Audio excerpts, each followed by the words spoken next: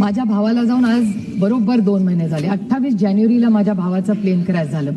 2 महिने झाले या गोष्टीला. एखाद्या कुटुंबातला कर्ता पुरुष जेव्हा जातो ना, त्याचं दुःख त्या कुटुंबालाच माहिती असतं. आम्ही पण हे भोगलेलं आहे. मग विमानात जाऊ दे का गाडीत जाऊ दे किंवा रेल्वेमध्ये जाऊ दे, सुरक्षितता ही अतिशय महत्वाची झाली. आणि सुरक्षितता कशासाठी? तर माझ्या भावाचं प्लेन पडलं. 2 महिने झाले माझ्या कुटुंबाला कुठे न्याय मिळाला?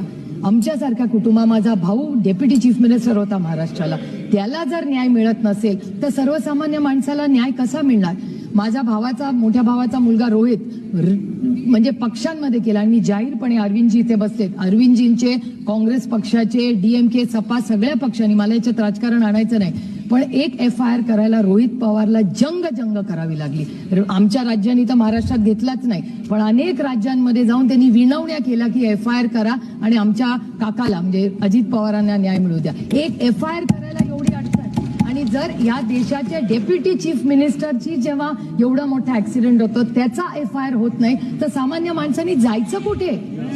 तो माझा भाऊ जेवढा होता, अजित पवार जेवढा माझा भाऊ होता, तेवढाच महाराष्ट्रातल्या प्रत्येक मनामधला एक लाडका नेता होता. तर आज एवढ्या मोठ्या नेत्याचा एवढा मोठा ऍक्सिडेंट झाल्यावर इन्क्वायरी व्हायला नको? माझी विनम्र हात जोडून महाराष्ट्र आणि भारत सरकारच्या एवढीच विनंती आहे की पारदर्शक इन्क्वायरी व्हावी.